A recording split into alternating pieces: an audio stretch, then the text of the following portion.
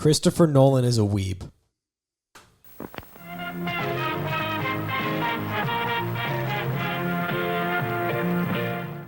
These are the facts. Welcome to Full-Time Movie Fans. You heard it here. Now, obviously, this is the preface to the movie review we're about to do, which is what you're here for. Hopefully, you're here to hang out And talk about the movies. Yeah, You saw the intro. You know what we're talking about. yeah. So Don't be coy. this is Full-Time Movie Fans. If you forgot, or if this is your first time, hopefully you enjoy hanging out with us as much as we enjoy hanging out with you. I'm your host, Jarvis. This is other host, Michael. Mayhaps. Yeah, and we love movies, as hopefully do you. Did that sentence make sense? Yes, we do. We love movies. How about you?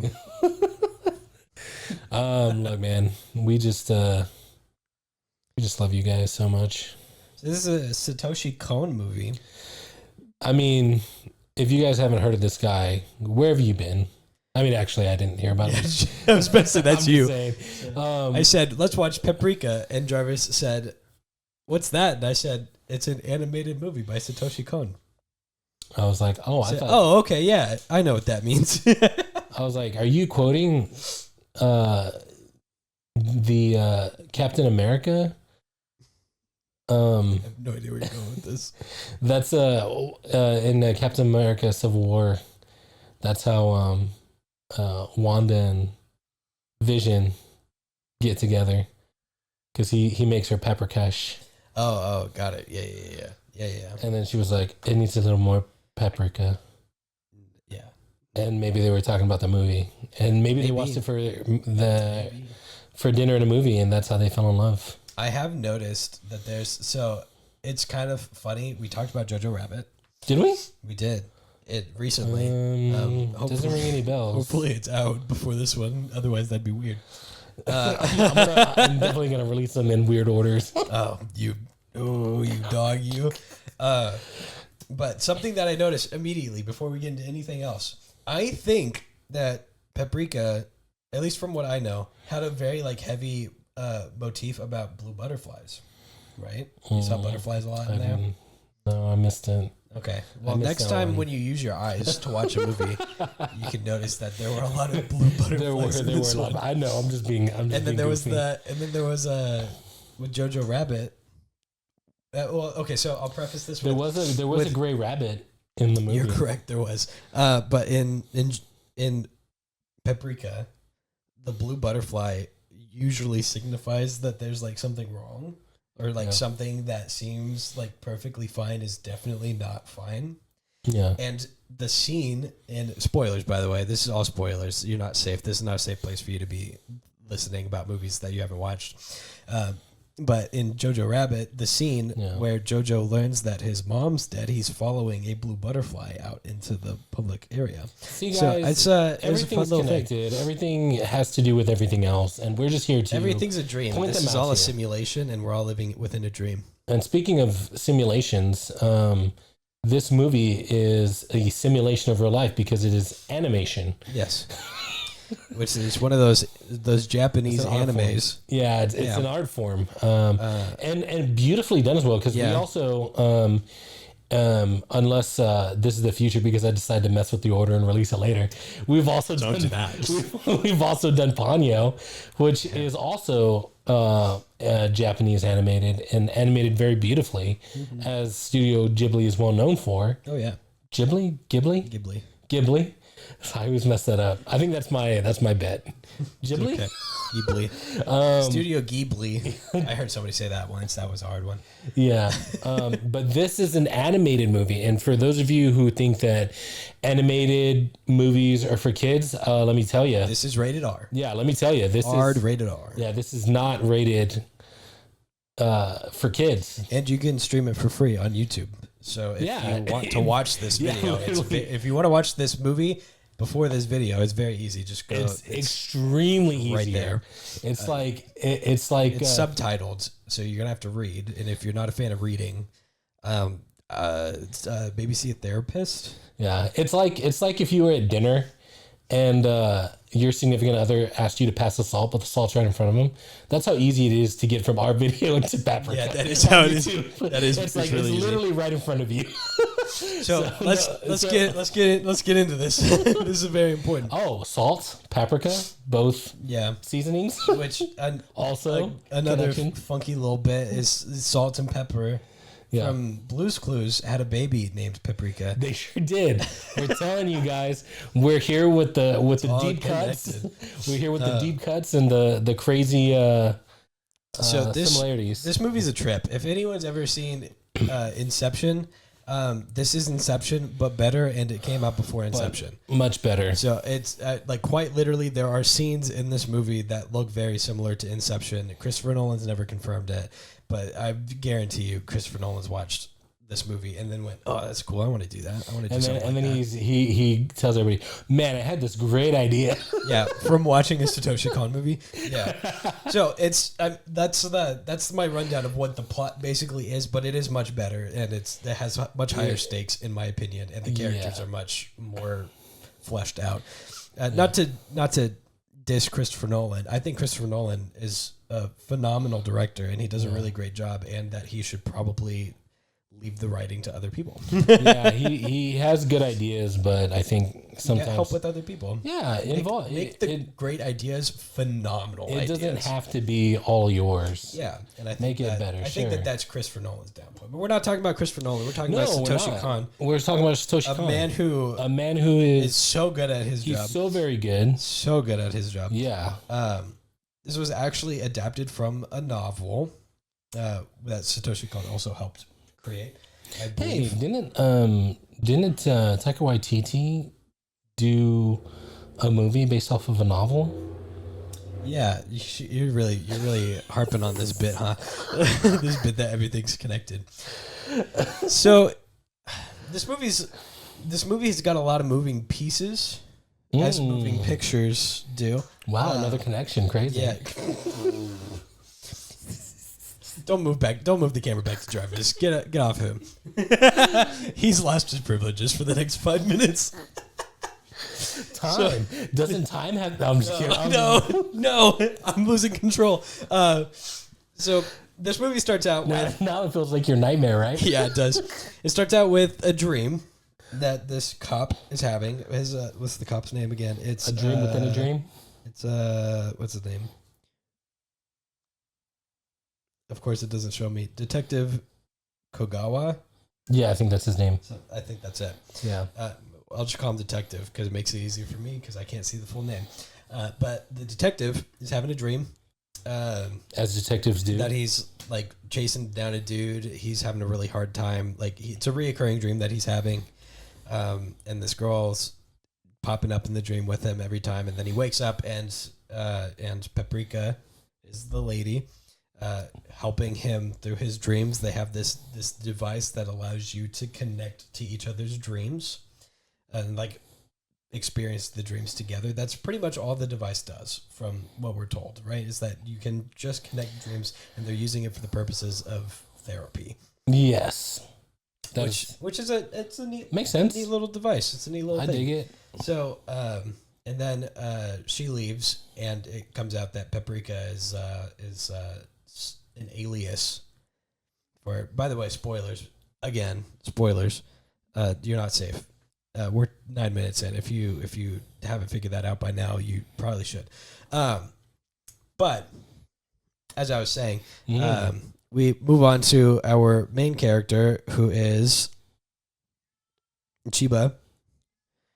Oh no, the cat's screaming. Chiba is a therapist, psychologist. She's a doctor who works at this facility that's developing this.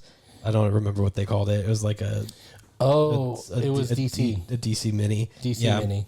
The DC Mini is the thing that lets you go into dreams. Because of DC. Yeah, that makes sense. I was going to say DVD. DVD Mini. DC Miniverse. Yeah. So we learn a little bit about this. It's like they're hopping dreams, but one of the devices has gone missing and somebody is using it maliciously. And they believe it's an inside job, but they don't understand who it is. And when they go and they talk to the not the director, but I don't remember what they call him. He's he's like the investor. He's like the CEO or something. Oh, you know what? Let me jump in to make this, because as I was watching, I wanted to make this joke. I see a smile on his face and I'm scared because it's the chairman. Oh, he's yes, but he's in a wheelchair like forever. So that's correct. How is he not offended? They keep calling him chairman, like. But you didn't make the connection. That's really funny. He's like stuck in a chair. So if I was him, I'd be like, "Hey, you guys, shut the hell up!" Like, you thought they were just being derogatory the entire time. No. I knew that he was the chairman and CEO of the company. Good. But I was just like, how is he not taking offense to them calling him chairman? It's like, dude, I have a name. That's true. I'm more than just my disability, guys. Okay. So yeah, we got the chairman, and they're talking, and then in the middle of talking, the actual director of the program gets caught in the middle of a dream. So their reasoning behind it is that anybody who's ever been attached to the DC Mini is like still connected to the entire system to the as a whole. Yeah. And the device that was stolen was one that wasn't interfaced properly to be able to like keep the limiters properly. Yeah. Yeah. So everything can like mix together. And so they're trying to figure out who stole this thing. And the director just went into basically like a waking coma. Started talking a bunch of gibberish, and now he's stuck in a dream that's not his, that he can't get out of. Well, doesn't he just starts like he just starts ranting talking, and then raving, and then jumps out of a window, out like a 5-story window, and then it puts him into a coma. And then we got the guy who makes the stuffed Tokita, who is made fun of a lot for being fat. Which I was like, man, dude, you guys can like tone it down a bit. Yeah, man, they're harping on him being a little big, man. Too much. He just enjoys food, man. Like, yeah, nothing wrong with that. So they figured out that one dude was just not showing up to work, and it was Tokita's like assistant, basically. And so they're like, well, he's probably the one who took it. The dream that everyone's getting stuck in is like a bunch of toys in a parade running around. And very creepy toys. Yes. By the way. And this dude loves dolls and toys and stuff. And so it's probably him. So they go to his house and he is not there. Be wary of dudes that love dolls. Yeah. Yeah. And then in real life. Anybody with a Funko Pop is not safe. Oh, I didn't mean like that. Don't think of that one. So Chiba is in this apartment with all of these other people looking for stuff, and she gets caught up in the dream herself and almost jumps out like a 20-story window. That's because the assistant, the creepy assistant, is like spying and then she catches on, goes into a closet. Yeah, and there's a weird stairwell that goes down into the dream world, I guess. Yeah. This movie makes a lot more sense if you watch it. We're really trying our best here. Once you watch it, you'll understand, like, wow, it's hard to explain. It is a visual feast. Yes. Is what I would consider it. It's a very pretty movie. It's also disturbing. It's also kind of gross. It's also... It makes you uncomfortable, and it's also very pretty and very fun and very gripping. I remember I put it on to, like, just to be like, well, maybe I should watch this now, because Sybil was taking a nap, and I was like, well, maybe we'll watch it afterwards. Maybe I'll watch it now. So I put it on, and I was like 15 minutes in, and I was like, maybe I should stop before I get ahead of myself. 30 minutes in, I was like, oh, well, I'm a little too deep now. I just gotta keep watching. And so I watched the rest of the movie, just sitting down. And I don't usually like sitting down and just watching movies with the subtitles on, like foreign movies. I'm a dub before sub kind of person. Yeah, I'm the opposite of you. I'm a sub before dub kind of guy. So this was easier for you than it was for me. Oh, yeah. And I did not have a problem at all during this movie. I had a great time. Yeah. It was very fun. So let me see if I can figure out the rest of this explanation before we move on. So she goes down into this stairwell that leads to the dream world. Yeah, and it almost kills her too. And she goes back. It's like, hey, there's a bunch of stuff going on. We go back to the detective. The detective's still having problems with his reoccurring dreams. And and Chiba, who is also Paprika. Paprika is like her alias in the dreams, so that she can get more people comfortable. And you can tell that Paprika is very well versed in the dream world because, like, she's hopping around. Yeah, she's doing all the crazy dream things. Like it's second nature. So very experienced. So you just feel like, okay, this person knows what they're doing. Yeah. And Chiba's very like straight faced, serious. I would say very stoic and reserved as well. Yeah. Paprika's very flirty. Yeah. Very fun. Wants to have a good time. Very open. Very talkative. Yeah. Says it like it is. Just a fun lady. Mm-hmm. Like who she kind of like what she wants to be. Yeah. But isn't. That's a theme here, by the way. Which, sorry to jump ahead, but there was a cool line where they're actually together in the dream/reality world, and she says, "Hey, you're a part of me," and she's like, "Did you ever think that maybe you're a part of me?" Yeah. Paprika says that to her. Yeah. I was like, "This happened later." I know it was good. Just like you listen to me, it's like maybe you should start listening to yourself more, which is me. And then hops on a horse that was in a poster and then runs off into the sunset. Yeah, right off. Yeah. That's later. Later. I swear, if somebody just watches this episode without watching the movie, all of this is going to sound like a psychopathic, schizophrenic episode. Yeah. Maybe like partway through, we should just turn it into a cooking show. Yeah. Halfway through, and that it'll be fit the theme. Let's move the setup. So. They're still trying to figure out who did this. At some point, Chiba is like, maybe the assistant dude is not actually the guy who's doing it all. Maybe he's a victim too. And so she goes back, like intentionally into the dream. Yeah. No. She goes in person, like to where the dream was taking place, with Tokita, the guy who develops all of this stuff. Yeah. And they find his assistant, the overweight guy, who falls down and crashes. And she's like, So he is a victim. He is a victim of this too. And then more weird stuff happens. More dream weird stuff happens. Is that the part where like she's a little pixie flying around? No, not yet. Okay. Not yet. Okay. That's way later. Sorry. And so they come back. The chairman. Not because he's in a chair, but because of his position in the company. Because the legs don't work, okay? The entire time is like talking shit. Is like, well, maybe we should just call it quits on this program entirely because it's against natural law or very whatever. Unsuspiciously, by the way. Very unsuspiciously. To be honest, the first time I was like, oh, why does he run this company if he hates this thing so much? Yeah. And then the second and third time I was like, oh, it's getting a little weird. He's very insistent. I also thought I was clever because like 5 minutes in, I was like, Paprika is the one doing all of this. And it's the lady.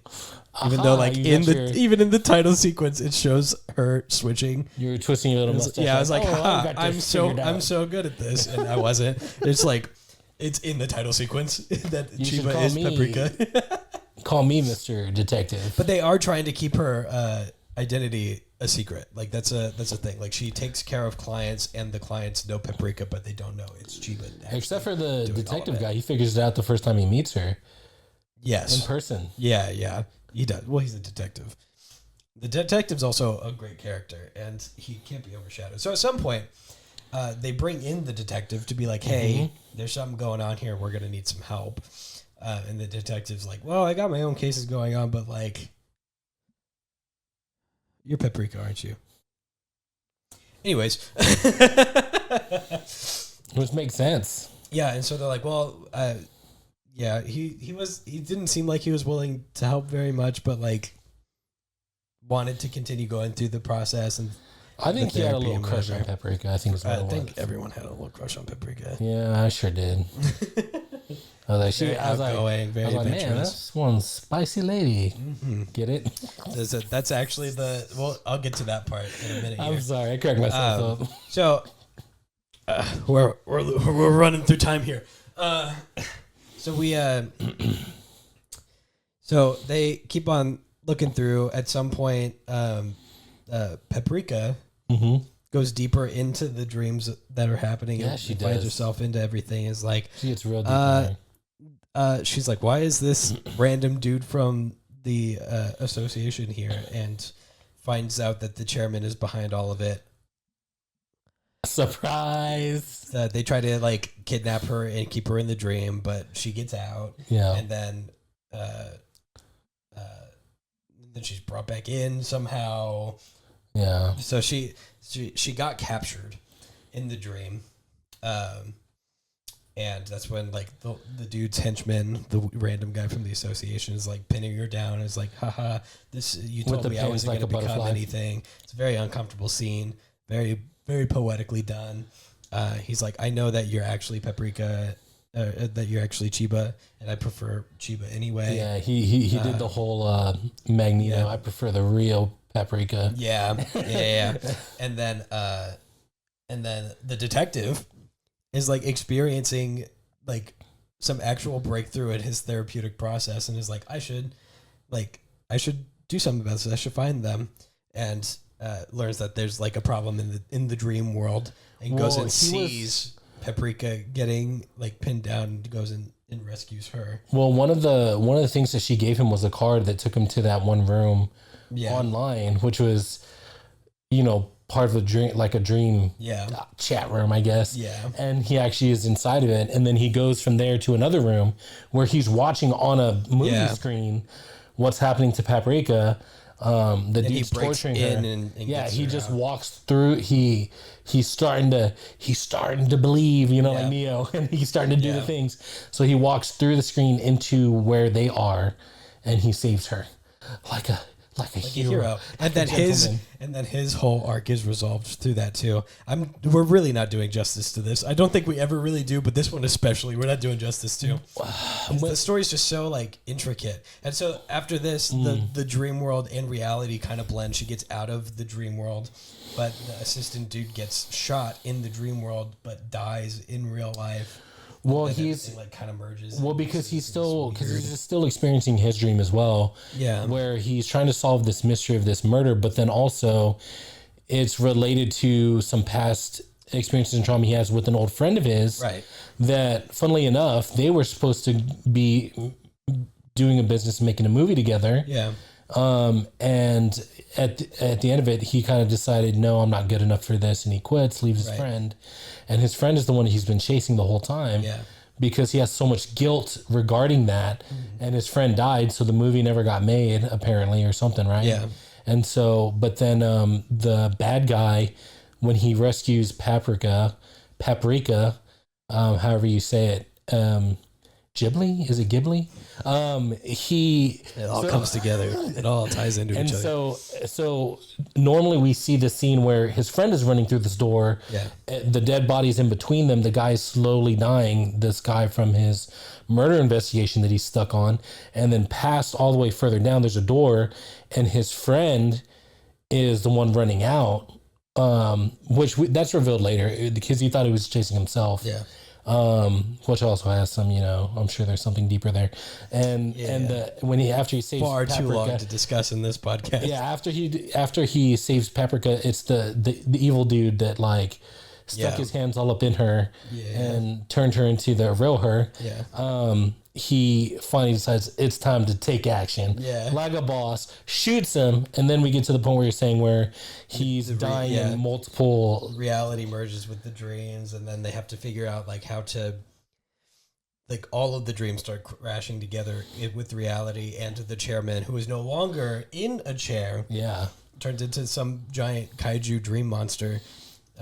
Who apparently has just control over the dream world. Yeah. Can do as he wishes. Yeah, so Chiba and the detective and the director are all running to kind of like solve this problem. And at some point Paprika shows up and they're like, "What? How?" And she's like, "Don't ask questions. It doesn't make sense." Just like this whole review. And so at some point they have to split up because Tokita is still not doing great. And it's like a robot dude stuck in the dream, and Chiba wants to go and save him because she's in love with him. Isn't that beautiful? Man, I was like, oh, I just felt, okay. Let's win your hope for myself. Maybe there's a pretty girl out there that will like me for me.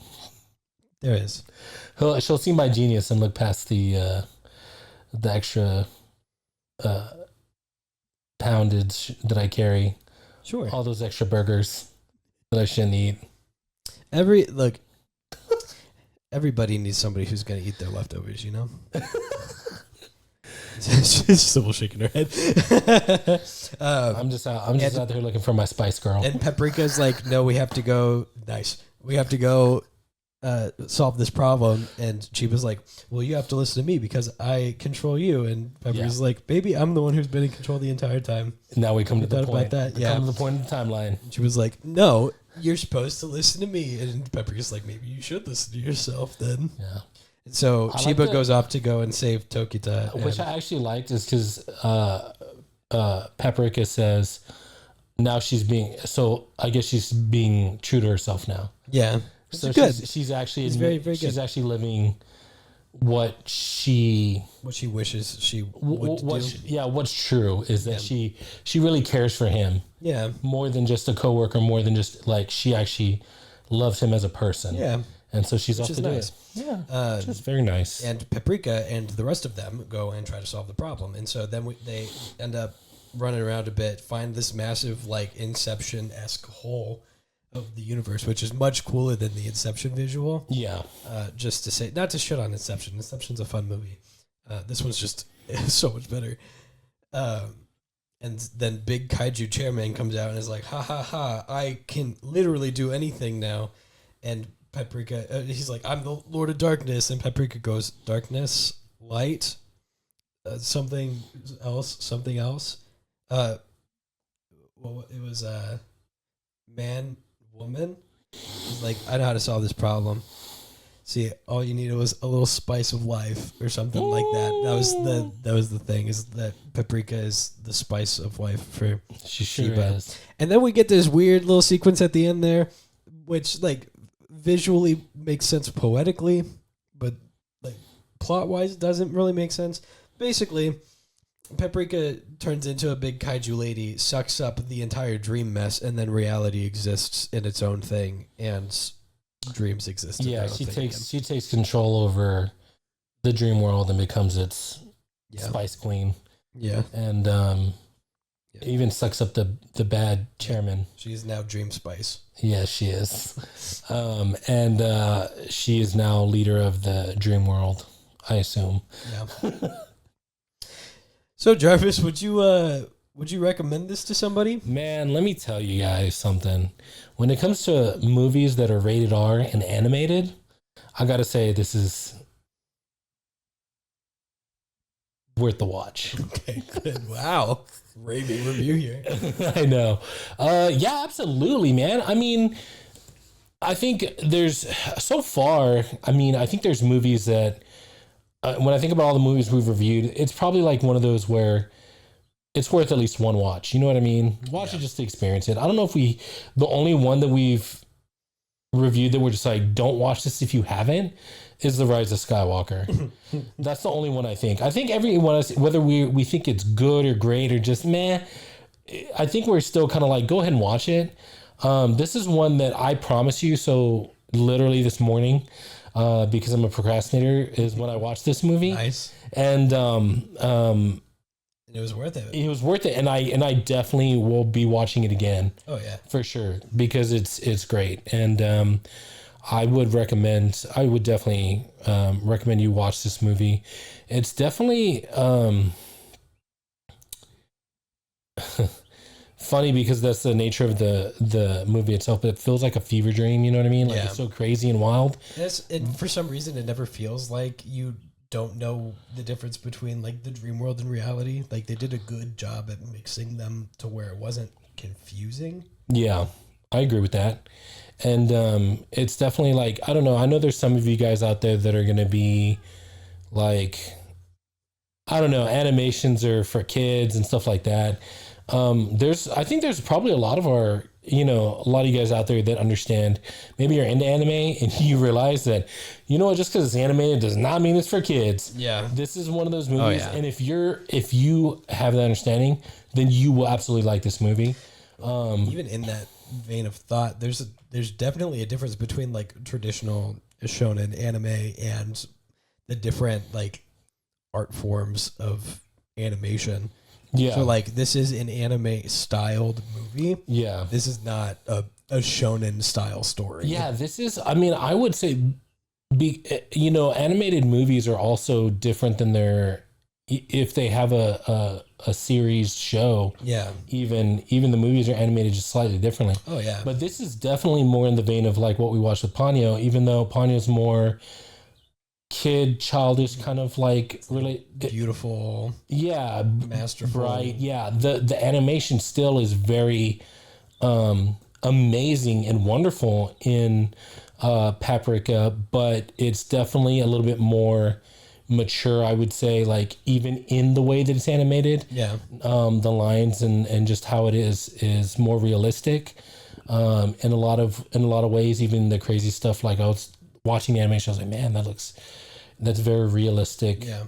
Going through a tunnel or a sewer, I was like, that looks really, really accurate.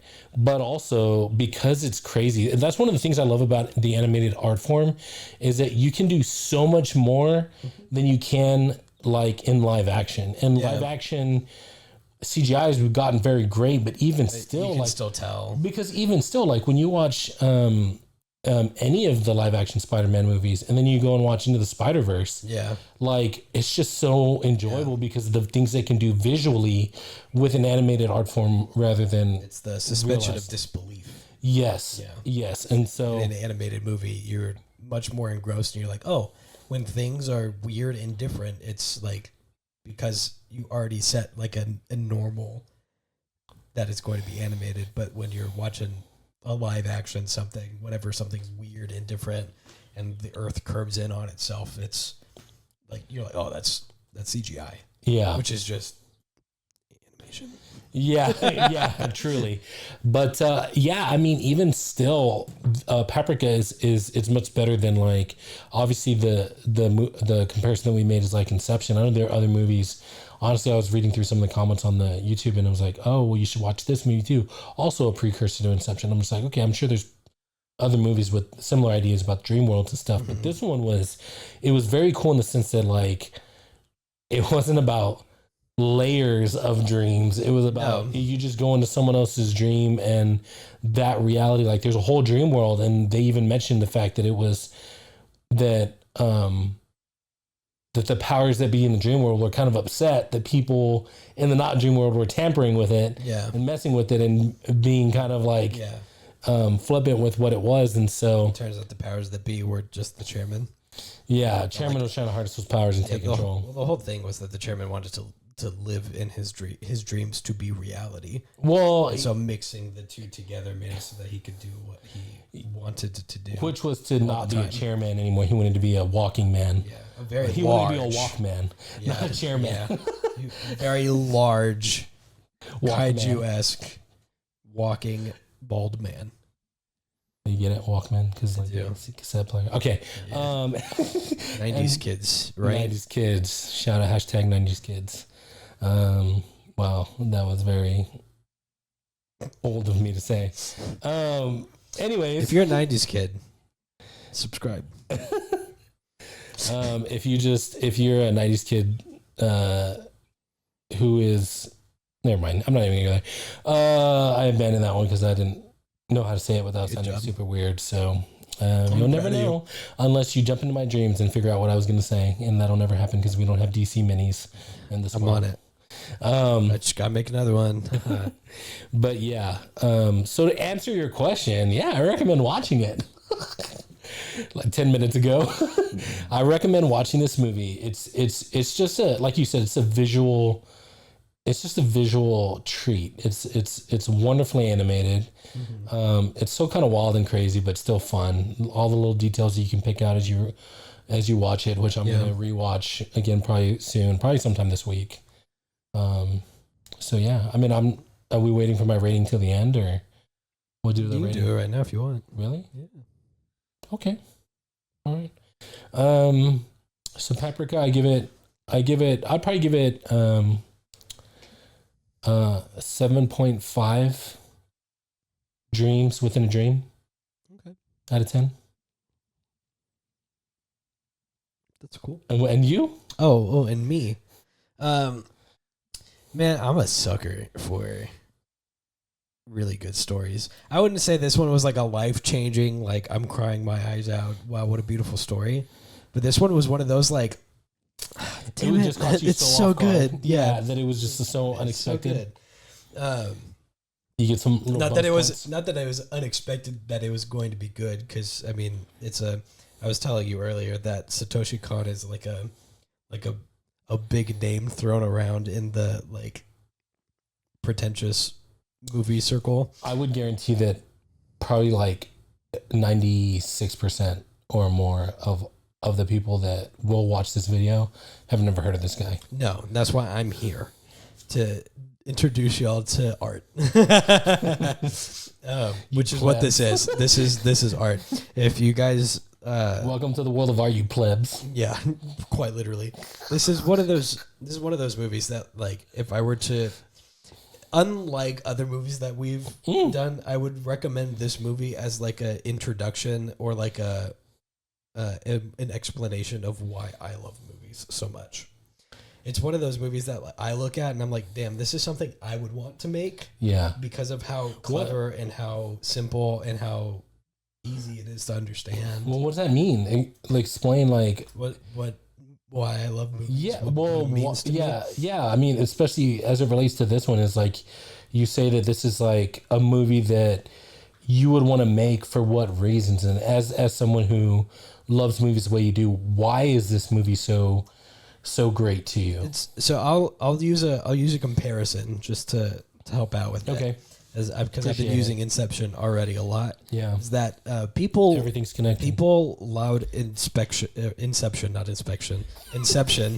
for being this very like clever, very like interesting idea that's like super complicated and hard to understand, and you have to watch it a few times and whatever. If you have to watch a movie a few times to get it, that's bad in my opinion. That's not a good thing. A movie is something that you should be able to experience at once, right? And then if you watch it again, you experience it but differently. And this is one of those movies. Like, you watch it, like, were you confused at any point that didn't get resolved during this movie? Not that I can remember. Exactly. There's nothing that I came out of this movie being like, man, I really don't understand why it's like this. It was very simple. The premise was very simple. It was very clearly a mystery thriller. Yeah, and you need a little bit of that in the beginning. Like, I think a lot of good movies do that, to where you might be a little bit confused because you just don't have all the answers. They're just presenting questions in the beginning. And they want to present you questions because they want to give you the answers. Yes. Yeah, and it did. And there were a lot of points in this movie because another little like movie hack is when you learn story structure and you've done it enough to where like you can point out specific parts of a movie. I like to do this in movie theaters when I'm like, man, this movie's been going on for a while. Where are we at? It's about the midpoint, so we're about halfway through. Or this thing just happened, so we're into Act 3, so we've got like a third of the movie left. I like to do that a lot. And this movie, even though I had the time right in front of me because it was on YouTube, I like the twists that I was trying to predict were better than the ones I was trying to predict. Yeah. It's like the mystery of who Paprika was. They were not keeping a secret. They were like, hey, she's Paprika. Yeah, she is. For the specific purpose of being like, this is how this character progresses through the story. This is where she goes. I don't think that it was like perfectly done, but I feel like the main characters got their resolution. The detective and Chiba, who is Paprika, they both got their resolution to their story really well. And another thing that I like to applaud in movies is when A stories and B stories both get resolved and they resolve together, which is another thing, is that the detective had his B story, and the B story was him getting over his trauma of the past and answering the questions for himself of like, he's a detective and he was trying to figure out who in his dream was getting killed and for what purpose. And he resolved all of that at the same time that they're resolving the actual real life problem of who stole this device. And yeah, man, it's at the risk of sounding pretentious, it's so involved with itself and doesn't make you feel bad for coming along with it. You know, does that make sense? It's a thing that I think people like to think about with Christopher Nolan type movies. Yeah. Is that they're like, wow, it's so complicated and so different that like it takes a really smart person to get it. Yeah. Where I think that's super pretentious and a little misleading. And I'm not talking about like Oppenheimer type Christopher Nolan movies. I'm not talking about like the Dark Knight series. Like Tenet. I'm talking, like Tenet. I mean, his idea. Just to speak on that a little bit, his ideas are super cool. They are, but the execution is a little lackluster. Yeah, man. I think he needs to. Like kind of look at Quentin Tarantino for like. I know what you're saying. Conversation, yeah, and like how people talk, because his is very just unrealistic. I mean, and his characters don't react especially in Tenet, his characters did not react in a realistic way. When you imagine that kind of crazy situation, the things that they could do, you'd be like, you're crazy. Like that doesn't make any sense. And apparently, like when it's explained to these people what is going on in Tenet, if you haven't seen it, we may do a review on that. Maybe not. Maybe it would be one of those ones that we just get to have fun, just kind of like being honest about. We'll put it that way. Everything wrong with Tenet. Yeah. 15 minutes or less. Yeah, and stuff like that. But they just don't respond in a real way. Like, I don't know. Yeah. Even this crazy Paprika movie feels more realistic than what was going on and how people were reacting in Tenet. And Paprika is kind of. It's kind of crazy, you know what I mean? Yeah. But it really reeled itself in a lot too, because you could tell like they could have just gone off the rails and had the last 30 minutes be the entire movie. Yeah, but keeping the story where it needed to be was very important. So all that to say, my long-winded explanation of why you should watch the movie is because very simply because it's good. Yeah. What's your rating? You didn't give a rating. I gave 7.5 out of 7.5 out of 10 dreams within dreams. Yeah. And you didn't give nothing. I'm going to give it a 9. Wow. More than Jojo Rabbit. Yeah. Which we also reviewed later. Which you'll see 3 weeks from now. No. After this. Please. No, I'm just kidding. Please do it in order. I will. No dreams within dreams on this one, please. Yeah, because I'll say I really like this, but I think I enjoy watching Jojo Rabbit more, and I will say that because it's more grounded in reality and humans, there's more of a correlation between like, man, I really understand, the things that the kid was feeling with the other kid that was a Jew, and the other kid, which was his friend, you know what I mean? And stuff like that. And then there's also adults in the movie that experience things. I also feel like you weigh emotional moments a lot heavier in movies too, because I'm more emotional. Great. No, that's a great thing. Well, sometimes if you don't have emotional moments in movies, you got to have really, really solid like everything else, Yeah, I'm just waiting for my dream girl to come. Your Paprika, my Paprika, my little spice girl. Yeah, we'll get there. My dream within a dream. Let's talk about some like fun little facts and behind the scenes stuff. Oh my goodness, it's the fun little facts portion? It's the fun little facts portion. So Satoshi Kon, that's what we're all here for. Yeah, he has not made anything since Paprika, by the way. Which is a shame. I agree.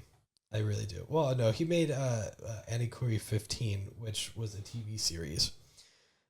But other people who are aware of the name probably know him from Perfect Blue, which was from 1997, which is another movie that I'm probably going to watch like tomorrow. Well, maybe we should make that one of our review movies. Maybe. Or Some would say we're getting too many animated movies this time around. Oh, who would say that? And I tell you. Who would say that? And I tell you, no, bad. Sit back down. You listen to us. These movies are good. Animated movies are great. We're going to have to do... depending on if the Into the Spider-Verse movies on the third one can stick the landing, it might be the greatest Spider-Man trilogy. It's true. Ever, and it's animated. What do you mean might? It already is. It's so fun. It already is. I don't know. No Way Home still carries a lot of weight with me, but I will be ready to admit if that third one sticks the landing, then I'm like, okay, yeah, this one's much better. Yeah. Off topic.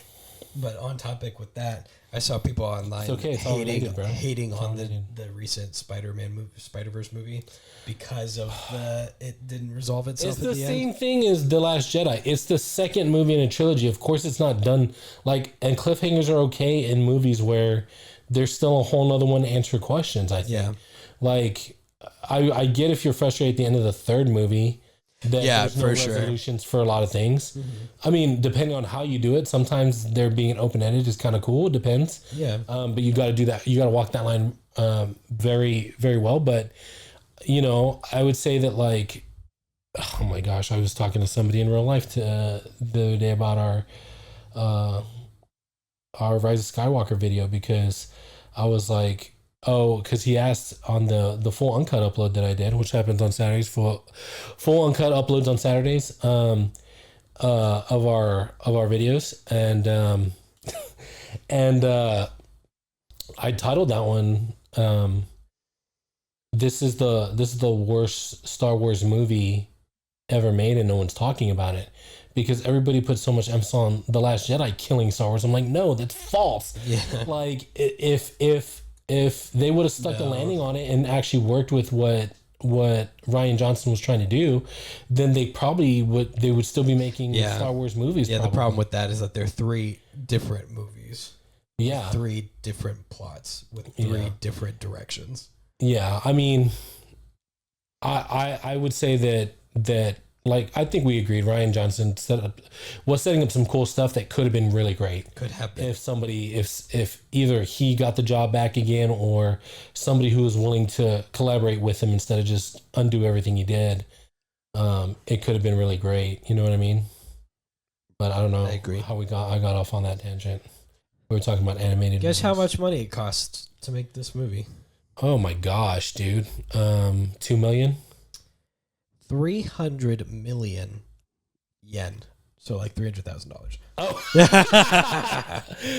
I was way off, but I was way off in the wrong direction that I was thinking of. And its worldwide gross is 950,000. So it almost broke $1 million, which is crazy because you watched that movie. It's really good. It should have made so much more. I think, man, when was this movie made? 2006. So in 2006, I just don't think that there was as much of foreign films being promoted. The barrier wasn't. It was just Studio Ghibli, and that was it. Basically. Yeah, I think maybe K-pop was starting to become a thing possibly, around that time, or it was getting. Don't say K-pop. Why? I want to go to K-pop now. I'm assuming that's food. You want to go to K-pop after this for dinner? Yeah, sure. Where is that? Is it? Oh my god! Is it Korean food? It's Korean barbecue. I freaking love Korean barbecue. We're doing it. Okay. All right. You heard it here first. We're going to K-pop after this. Anyways, thanks for watching. Hope your day's everything you dreamed of. If it's dinner time around where you are, enjoy your dinner. We're out of here. But okay, let's wrap this thing up proper. So it was made in 2006. Mm-hmm. It's a beautiful movie. 2006. I agree with you. I think that foreign films I think we're I feel like some people would say that we're already deep into the golden age of foreign film. I really think that they're just starting to get recognized. Exactly. Especially with Guillermo del Toro and his rise and Bong Joon-ho. Hey, watch your language. My apologies. I hope that was correct. I hope it did not offend. Is that a Korean guy? Yeah. He made Parasite. He did. Yeah. Parasite's phenomenal. Parasite. The social class commentary is amazing. I love Parasite. Wasn't there there was another Korean film that wasn't it nominated for some stuff this year? I think you're right. Yeah, it's about that Korean girl and her childhood best friend. Yeah, you gotta watch it.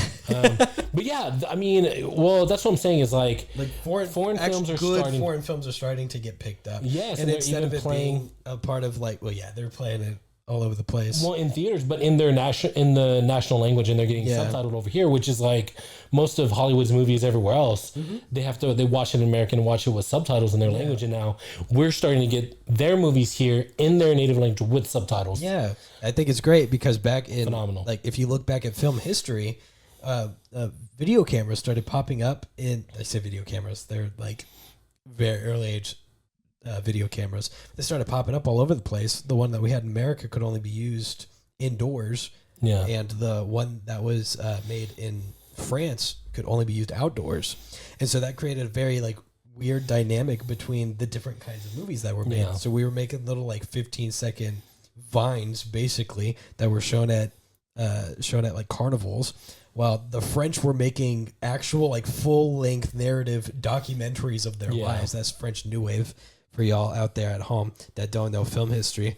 And then the Germans got their hands on a video camera and they started making like weird sci-fi mysteries. And that's how we got Jojo Rabbit once the Germans got a hold of and stopped cameras. using it for propaganda. Yeah.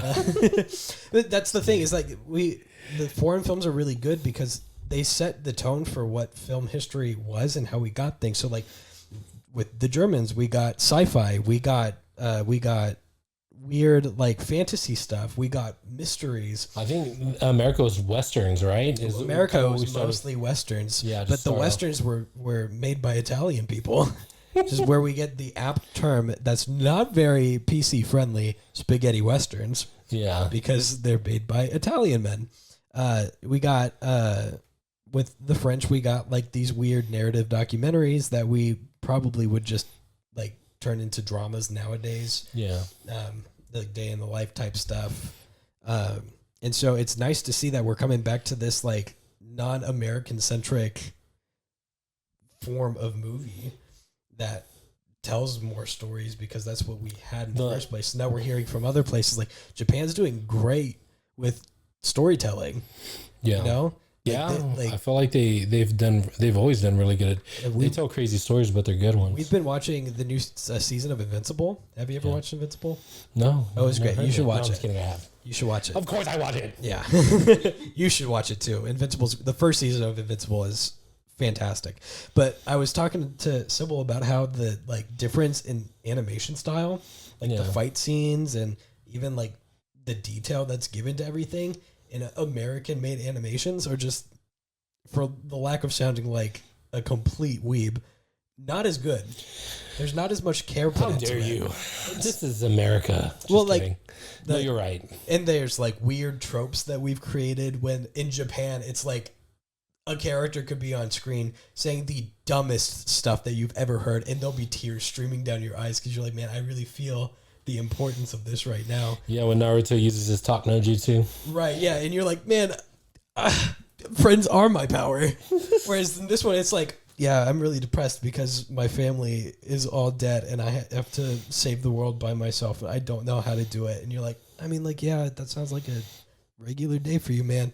You know? Yeah. So I don't know what it is, but like being able to blend all of these different themes together and all of these different styles together really helps make better stories overall. I really want to, dude, you know what was playing through my head when you said that? What? Blending is from the Blended movie, Adam Sandler. And it's the songs that Terry Crews said, we are blended, they are blending. You remember that? Have you not seen Blended? Not. Oh, so have you seen it? So good. Blended is phenomenal. But when you said Blended, every time I think I hear that song in my head. The thing that was playing in my head when I gave that speech was the theme from My Hero, Don't Say Run. Oh. Yeah, that one. And then you saying that, because it's all connected, made me think about the new animated X-Men.